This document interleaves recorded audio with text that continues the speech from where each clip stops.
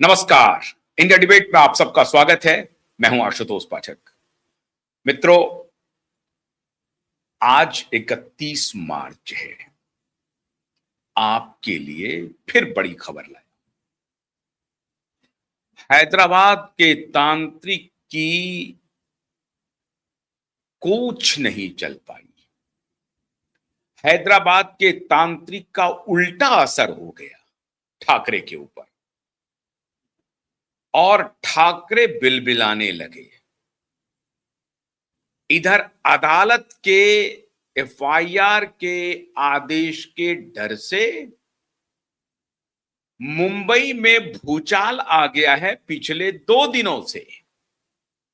और जैसा कि मैंने आपको पहले भी बताया था कि ये पिता पुत्र अभी आने वाले दिनों में इस तरह से हैरान परेशान होंगे जिसकी आप कल्पना नहीं कर सकते। ऐसे ऐसे समझौते ये पिता पुत्र करने को तैयार हो जाएंगे जो आप और हम सोच नहीं सकते।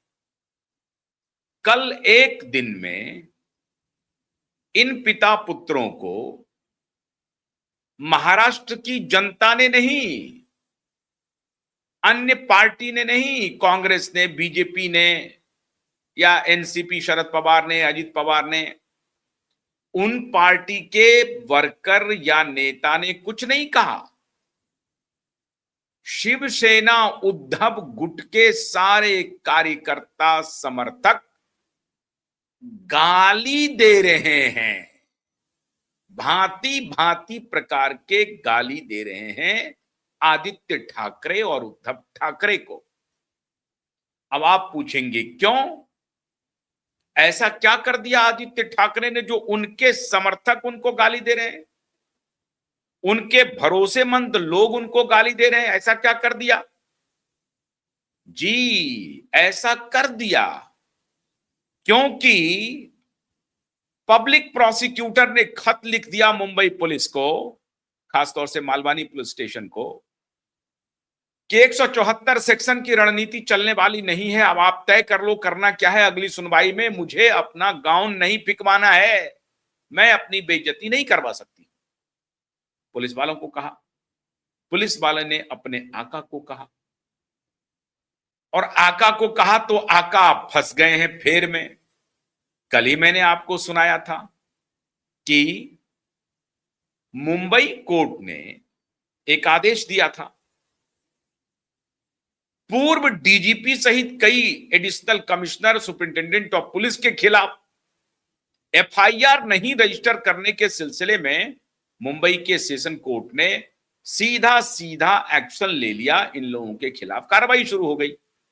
2011 का भी जिक्र किया था एक रेप केस में, ऐसे ही पुलिस वालों के खिलाफ हुआ।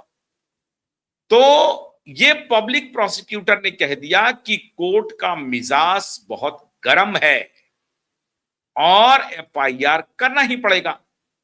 जैसे ही एफआईआर की बात आई मित्रों, आदित्य ठाकरे बिलबिला गया, बेचैन हो गया। आदित्य ठाकरे को इस बात का एहसास हो गया अब नहीं बच पाएंगे। आखिरकार क्यूबाई नेटवर्क लगातार कैंपेन करते करते कामयाब हो गया। और कामयाबी क्या मिली मित्रों? आदित्य ठाकरे कल एक व्यक्ति के निवास पर पहुंच गए। व्यक्ति कौन है? श्रीमान फडणवीस के राइट हैंड मैन कहे जाते हैं। मतलब अगर फडणवीस जी को कुछ भी कहलवाना होता है, ये पावर गैलरी में चर्चा है, ये मैं कोई अपनी तरफ से नहीं बोल रहा हूं।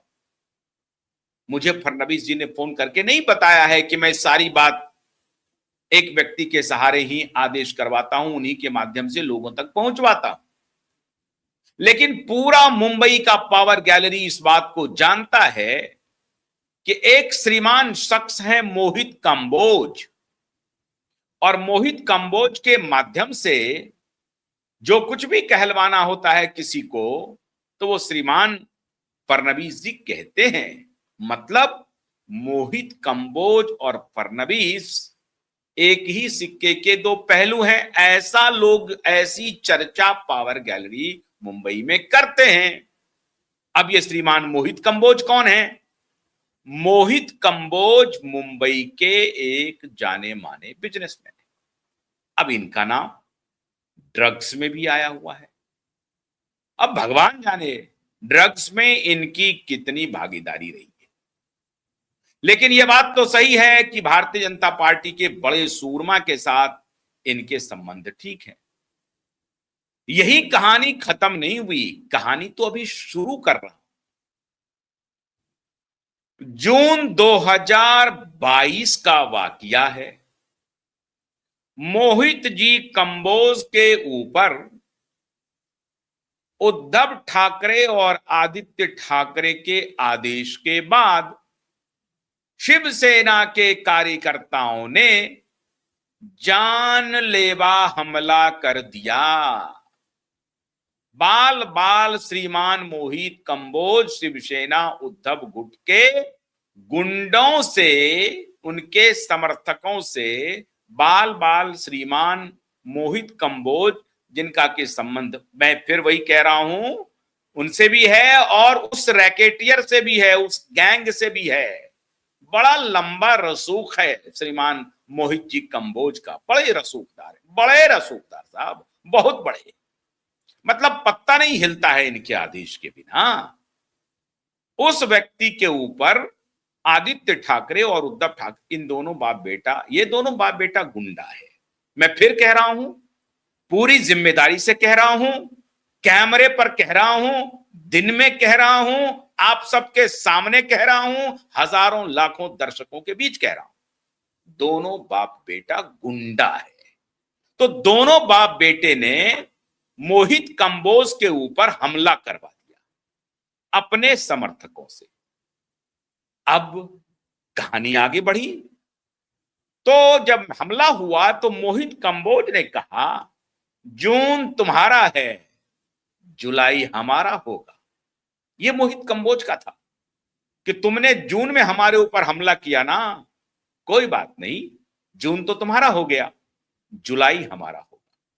और ठीक 22 जुलाई को श्रीमान एकनाथ शिंदे के माध्यम से पार्टी टूट गई। टूटी नहीं, तुड़वाई गई। यही श्रीमान मोहित कंबोज जी थे जो विधायकों को लेकर के अलग अलग होटलों में जा रहे थे। आदेश था, फरमान था ऊपर से, लीजिए विधायकों को फलाने होटल ले जाइए, फिर वहां से गुजरात ले जाइए, फिर वहां से गुवाहाटी ले जाइए, जहां मर्जी हो वहां शेयर कराइए। शेयर करा रहे थे श्रीमान मोहित जी कंबोज। और इस प्रकार से जो जून में वाकया हुआ मोहित कंबोज के खिलाफ बाप बेटों के सौजन्य से, जुलाई में अपने वायदे को पूरा कर लिया श्रीमान मोहित कंबोज ने और उद्धव ठाकरे को ऐसी पटकनी दी जो आज क्या जीवन भर उद्धव ठाकरे याद रखेंगे। और तब से मोहित कंबोज और बाप बेटे उद्धव और आदित्य के बीच में दुश्मनी है, दुश्मनी। कोई एक दूसरे को देखना नहीं चाहता है। अब मैं ये सारी चर्चा क्यों कर रहा हूं? ठीक है, दुश्मनी है तो है, पार्टी उसकी टूट गई, सब जानते हैं। अब लेकिन कहानी आगे बढ़ी। कहानी आगे बढ़ी तो 2025 भी आई, फिर 2026 भी आई, 2026 का मार्च भी आया और 2026 के मार्च में हाई कोर्ट के चीफ जस्टिस श्रीमान चंद्रशेखर जी ने, learned chief justice, very respectable chief justice, ने आदेश दिया कि ये सेक्शन 174 को कूड़ेदान में डालो और ये बताओ कि एफआईआर क्यों नहीं हुआ है इस केस में। इस आदेश के बाद जो खत लिखा गया पब्लिक प्रोसिक्यूटर के द्वारा, तो गेम हो गया ओवर। अब ठाकरे को लगने लगा कि अब तो पुलिस एफआईआर करेगी और जब एफआईआर करेगी तो सतीश साल्यान को बुलाएगी और फिर सतीश साल्यान सीधा कहेंगे क्योंकि एफिडेविट में लिखा हुआ है कि आदित्य ठाकरे ने और उनके साथ फलाना फलाना व्यक्ति ने मिल करके हमारी पुत्री के साथ दुष्कर्म किया है और हमारी पुत्री की हत्या की है। ये एफिडेविट है, ये प्रेयर है सतीश सालियान का। तो पुलिस पहला काम क्या करेगी? रोहन राय अभी आने दीजिए, अभी रोहन राय पीछे। पहला काम पुलिस क्या करेगी? एफआईआर रजिस्टर और उसके बाद नोटिस जारी इन्वेस्टिगेशन के लिए कि आप आदित्य ठाकरे हाजिर हो। जैसे ही आदित्य ठाकरे को गया कि आदित्य ठाकरे हाजिर हो, आदित्य ठाकरे को आना पड़ेगा। और अगर आदित्य ठाकरे ने 1 2 3 सम्मन मिस किया तो फिर पुलिस क्या करेगी? पुलिस कोर्ट जाएगी। पुलिस कोर्ट से कहेगी कि साहब मैं इस आदित्य ठाकरे को जो कंप्लेन मेरे पास आया जिसके बिना पर मैंने एफआईआर रजिस्टर किया है उसको मैं सूचित कर रहा हूं, वो इन्वेस्टिगेशन में मदद नहीं कर रहे हैं। अदालत कहेगी वारंट जारी। क्या वारंट होगा? Arrest warrant. और जब अरेस्ट वारंट होगा तो पुलिस क्या करेगी? वो अरेस्ट वारंट लेगी, आदित्य ठाकरे के घर पर पहुंचेगी। ऐसा भी हो सकता है, ऐसा भी हो सकता है कि सीधे पुलिस जाए और कस्टोडियल इंक्वायरी की इसमें मांग हो रही है प्रेयर में, सीधे पुलिस जाए और आदित्य ठाकरे को बुलाए, उनको कस्टडी में ले और 24 घंटे के अंदर वो कोर्ट में पेश करे कि मैंने इन्हें लिया है कस्टडी में एज पर एफआईआर जो कंप्लेनेंट की का डिमांड है। अब मुझे इन्हें कस्टडी में लेकर के कस्टोडियल इंक्वायरी का डिमांड है, तो अब मुझे कस्टडी में इन्हें लेकर के जांच करने की इजाजत दी जाए। और कोर्ट कहेगी इजाजत ग्रांटेड। ग्रांटेड, ऐसा नहीं हो सकता है कि रिजेक्ट। नहीं, अब वो एंटीसिपेटरी बेल के लिए पहले जाएंगे, तो एंटीसिपेटरी बेल के लिए वो टाइमिंग देख रहे हैं दोनों बाप बेटा कि अगर एफआईआर की आदेश आई तो त्वरित बिना विलंब किए हुए एफआईआर रजिस्टर करना पड़ेगा, क्योंकि उसके साथ एफआईआर रजिस्टर करने के आदेश के साथ साथ ये भी आदेश आएगा कि 5 साल से कौन कौन पुलिस वाला है जिसने एफआईआर रजिस्टर करने में हीला हवाली की है। और वर्तमान डीजीपी, वर्तमान Mumbai police commissioner, additional commissioner, Malvani police station का एसएचओ और असिस्टेंट एसएचओ, एसआईटी के जो अधिकारी हैं वो चीमा सिंह यादव, शैलेंद्र नगरकर और पूर्व पुलिस कमिश्नर परमवीर सिंह, ये सब नोटिस की जद में। और तब हाईकोर्ट कहेगी अच्छा ये श्रीमान हैं, इन्होंने एफआईआर रजिस्टर नहीं किया, तो किसने नहीं किया? उस वक्त आएगा विवेक फंसलकर का भी नाम आएगा। ध्यान रख लीजिए, विवेक फंसलकर वो पुलिस कमिश्नर था मुंबई का जिनके सामने में मार्च 2025 में सतीश सालियान प्रेयर लेकर के गए थे, उनके वकील उनके मुंबई पुलिस कमिश्नर के दफ्तर में। विवेक फंसलकर पिछले दरवाजे से भाग गया और अपने डिप्टी को कहा कि उनका एप्लीकेशन ले लो, और एप्लीकेशन कूड़ेदान में फेंक दिया, कुछ नहीं किया। विवेक फंसलकर का भी नाम आएगा। अभी जो श्रीमान देवेंद्र भारती हैं, ये भी नेतरहाटियन है देवेंद्र भारती, तो देवेंद्र भारती पर भी आए गाज गिरने वाली है। आप थोड़ा सा इंतजार कर लीजिए, क्योंकि ये मुंबई पुलिस कमिश्नर तो बन गए लेकिन बस घूम रहे हैं इधर उधर। अरे भाई, इतना हाई प्रोफाइल केस चल रहा है, आपकी नजर नहीं है मालवानी पुलिस स्टेशन पर? क्या कर रही है मालवानी पुलिस स्टेशन? आपके इजाजत के बगैर वो एफिडेविट दे रही है, शैलेंद्र नगरकर दे रहा है, आपको पता नहीं है क्या? तो देवेंद्र भारती पर भी आएगा। अब उस इलाके का जो एडिशनल कमिश्नर है, सुपरिंटेंडेंट ऑफ पुलिस है, उस पर भी आएगा। ये सभी अभी नपेंगे, इंक्लूडिंग महाराष्ट्र के डीजीपी, क्योंकि एफआईआर के आदेश के साथ साथ नीलेश ओझा की यह दलील है कि उन पुलिस वालों के खिलाफ कार्रवाई की जाए, जैसा कि मुंबई के सेशन कोर्ट ने आदेश दिया। और इसी मुंबई हाई कोर्ट ने 11 साल पहले, 16 साल पहले के मुकदमे में आदेश दिया कि जिन पुलिस वालों ने यह कुकृत्य किया है, एफआईआर रजिस्टर नहीं करने का अपराध किया है, उनके खिलाफ कार्रवाई कौन करेगा? मिलॉर्ड। तो मिलॉर्ड ऐसा नहीं करने वाले हैं, मिलॉर्ड आदेश देंगे ताकि ये नजीर बने। देश में लगातार नजीर अदालतें बना रही हैं और ये अदालत पर हम सबको भरोसा रखना चाहिए और अदालत हमें जीत दिलवाएगी। ये तो हुआ एक पक्ष, लेकिन इस आदेश की बात आते ही, कभी आदेश आनी है ठाकरे और उनका पिताजी परेशान हो गए, आदित्य ठाकरे। तो आदित्य ठाकरे कहां पहुंचे साहब? आदित्य ठाकरे पहुंच गए मोहित कंबोज के यहां। कल परसों बल्कि मोहित कंबोज की बेटी के बर्थडे पार्टी में आदित्य ठाकरे पहुंच गए। और अब जिस बात का जिक्र मैंने शुरू में किया था कि गाली आदित्य ठाकरे को मैं, आप या दुनिया नहीं दे रही, कोई पॉलिटिकल पार्टी नहीं दे रही, उनके वर्कर नहीं दे रहे, शिवसेना उद्धव के वो वर्कर, वो समर्थक जिन्होंने मोहित कांबोज के ऊपर हमले किए थे, इनके आदेश के बाद किए थे, आज वो सारे समर्थक गालियों की बौछार कर रहे हैं सोशल मीडिया पर कि आदित्य ठाकरे तुम्हारी हिम्मत कैसे हुई मोहित कंबोज के यहां जाने की, फिर तुमने हम लोगों को क्यों परेशान करवाया, हमारी दुश्मनी क्या थी मोहित कंबोज के साथ, हमने तो उसके ऊपर हमले किए थे और तुम चोर दरवाजे से मोहित कंबोज के बर्थडे की पार्टी में गए हो। ये चल रहा है खेल। अब मोहित कंबोज की पार्टी में ये कौन क्यों गया? अब कड़ी जोड़ता हूं। कड़ी क्या है? जोड़ता नहीं, जुड़ गई। मोहित कंबोज तथा कथित रूप से श्रीमान देवेंद्र फडणवीस के करीबी बताए जाते हैं।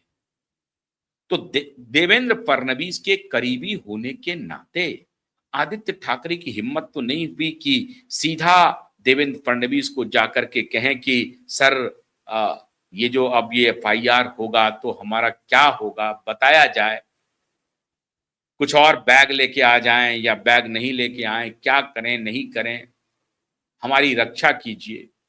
तो पहुंच गए ये मोहित कंबोज के पास,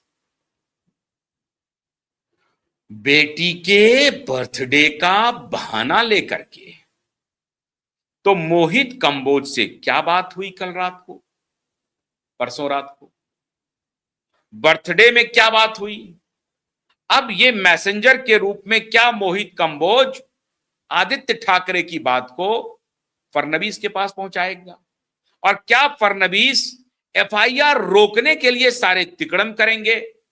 नहीं करेंगे, नहीं करेंगे, नहीं करने दिया जाएगा। उनकी औकात नहीं है कि वो अदालत के आदेश की अवहेलना करें, वरना उनकी भी कुर्सी जाएगी। अब कैसे कुर्सी जाएगी वो भी सुन लीजिए। इन्होंने हैदराबाद से एक तांत्रिक विशेष को बुलाया। अब यहीं पर कहते हैं मित्रों, निश्चल आत्मा, निरपराध सज्जन व्यक्ति को अगर आप कष्ट देंगे, उनके साथ आप अगर दुराचार करेंगे, कोई तंत्र, कोई तांत्रिक आपको नहीं बचा सकता। क्यों? क्योंकि उनके साथ दैवीय शक्तियां होती हैं, और दैवीय शक्तियों से कोई असुर जीत सकता है क्या? नहीं जीत सकता है। असुर किसको पराजित कर सकता है? जिसके पास आसुरी शक्ति है। एक असुर दूसरे असुर को पराजित कर सकता है, लेकिन एक असुर देवता को पराजित कर दे, ऐसा बहुत कम होता है। तो ये असुर असुर की लड़ाई में तो हो सकता है एक असुर जीत जाए, लेकिन जहां देवता और असुर की लड़ाई है, जहां निश्चल निरपराध निर्दोष को तड़पा तड़पा करके मारने की लड़ाई है, वहां क्या सोच रहे हैं? हैदराबाद क्या? अरे भाई, तुम जहन्नम से ले आओ, जन्नत से तो ला नहीं सकते। जहन्नम से तुम तांत्रिक ले आओ, वो तुम्हें नहीं बचा सकते। ठीक उसी प्रकार से मैं कह रहा हूं, कोई हैदराबाद का तांत्रिक फडणवीस जी को भी नहीं बचा पाएगा। अगर फडणवीस जी ने इसमें कोई इधर उधर करने की कोशिश की, देखिए साहब, बड़े बड़े नेता निपट गए हैं। अब देखिए प्रकृति का काल चक्र क्या है। ये अशोक खराट, ये जो खराट की जो अभी बम्बार्डमेंट हुई है 300 महिलाओं के साथ, जो उसने एम्यूजमेंट किया है, उस एम्यूजमेंट का प्रकरण भी अभी ही आना था क्या? अभी ही आना था क्या? जब अदालत फाइनल वर्डिक्ट पर बैठी हुई है, अदालत का आदेश बस एफआईआर का आने ही वाला है, उसी समय में खराट जैसे पापियों की पूरा उसका ऐसे पापियों का भंडाफोड़ होना, यह प्राकृतिक न्याय नहीं है तो और क्या कहेंगे आप? हैदराबाद का तांत्रिक रोक लिया क्या अशोक खराट को, जिसके साथ बैठ करके वो कॉफी पीता होगा, चाय पीता होगा, नाश्ता करता होगा। आज उसी की सरकार उसे अपनी पुलिस वालों से बुरी तरह से घसीटते हुए गिरफ्तार करवा रही है। तांत्रिक ने बचाया क्या? नहीं बचाया ना। वो महिला आयोग की जो चपनकर है, वो चपनकर भी अभी जेल जाएगी अभी जेल। अभी तक अरेस्ट नहीं हुआ है। बचा रहे हैं माननीय फडणवीस जी। क्यों बचा रहे हैं? चपनकर इनका पैर धोती थी, खराट का। महिला आयोग की चेयरपर्सन थी, महाराष्ट्र महिला आयोग की। और उसको बनाया था इस दोनों बाप बेटे ने कि हम अगर किसी लड़की के साथ कुछ भी करें और वो लड़की अगर शिकायत करे, किसी पुलिस में जाए, तो महिला आयोग की चेयरपर्सन जाकर के उसका कैरेक्टर असैसिनेशन का काम कर देना तुम। ये तुम्हारी रिस्पॉन्सिबिलिटी है, तुम करते रहना। क्यों? क्योंकि तुम तो खराट का पैर धोती हो। और खराट क्या कर रहा है? मूत्र पिलवा रहा है वो। ऐसा कुकृत्य कर रहा है खराट। उसका पैर धो रही है चपनकर। और उसे अपॉइंट करने वाला कौन? यही ठाकरे। कड़ी समझ में आ गई आपको? इन पापियों की कड़ी समझ में आई। और इन पापियों को बचाने के लिए चला था हैदराबाद का एक मौलवी तांत्रिक। ईरान से आए हो क्या? इराक से आए हो क्या? या काबा से आए हो? कहां से आए हो? बताओ। पैगंबर मोहम्मद ने तुम्हें कहा कि ये पापियों को जाकर के बचा लो। ये तांत्रिक करोगे तुम, काला जादू करोगे। अरे काला जादू का किस्सा तो एक और मैं कल बताने वाला हूं। जबरदस्त जबरदस्त, आप इंतजार कीजिए। तो ये काला जादू करने वाले की हैसियत ये हुई कि जो बेटा कल परसों तरसों जाएगा, वो जल्दी जाएगा अभी जेल, जल्दी। अशोक खराट भी एक्सपोज हो गए। और समय देखिए कितना बलवान होता है मित्रों। समय से बलवान कोई नहीं है। अपराधियों, दुराचारियों, कुकृत्य करने वालों को प्रकृति न्याय देकर रहती है, उसके अन्याय को कुचल कर रहती है। इसीलिए जस्टिस चंद्रशेखर जैसे अपने हाथ में कमान लेते हैं और फिर फरमान सुनाते हैं। जस्टिस गडकरी ने न्याय नहीं किया, जस्टिस भोसले ने भी न्याय नहीं किया, जस्टिस सारंग कोतवाल ने भी न्याय नहीं किया। लेकिन आज जस्टिस चंद्रशेखर ने न्याय की लाज रख ली है। और आज उनके एक आदेश भर से, एक ऑब्जर्वेशन भर से ठाकरे मोहित कंबोज के घर पहुंच गया कि बचा लो मुझे किसी तरीके से, फडणवीस के बोलो। मैंने फिर कहा, आज कहूंगा, फिर कह रहा हूं, न तो फडणवीस न मोहित कंबोज, कोई तुम्हें नहीं बचा पाए। तुम्हारे कुकृत्य का अगर कोई बचाने वाले होंगे तो स्वयं प्रभु होंगे। प्रभु तुम्हारे साथ कोई मोहब्बत नहीं करेंगे। तुमने जो कुकृत्य किया है, तुम दोनों बाप बेटे ने, उसका हिसाब इसी जन्म में होकर रहेगा। वरना भागे भागे क्यों फिर रहे हो? जाओ अदालत में बोलो। एफिडेविट में तो तुमने अपना एज 28 साल बता दिया है, बताओ जाकर के। एफिडेविट में छिपा लिया कि तुम एमएलए भी हो, बोलो जाकर के। बोल क्यों नहीं रहे हो? अदालत में जाओ ना, हिम्मत है तो अदालत का सामना करो। मीडिया पर बोलते हो कि हम अदालत में बताएंगे, और अदालत में जब बारी आती है तो भाग जाते हो। तो बताओ अदालत में जाकर के। कुछ चलने वाला नहीं है। मोहित कंबोज के यहां चले जाओ या किसी के यहां चले जाओ, बात बनने वाली नहीं है। फडणवीस की चौखट पर नाक रगड़ो, नहीं कुछ होने वाला है। क्यों? क्योंकि फडणवीस भी कुछ नहीं करने वाले। अरे फडणवीस मुख्यमंत्री हैं, इसका मतलब यह नहीं है कि वो देवता हैं। मुख्यमंत्री chief minister has to perform according to law. He has no prerogative. He is not above law. He is under the law, and the law will follow its own course. So ultimately, Mr. Fadnavis will speak in this case that the law will take its own course. And as a government, we have to follow the decision of High Court. Nothing else. So verdict is awaiting. Please wait for that. Thank you very much. Namaskar.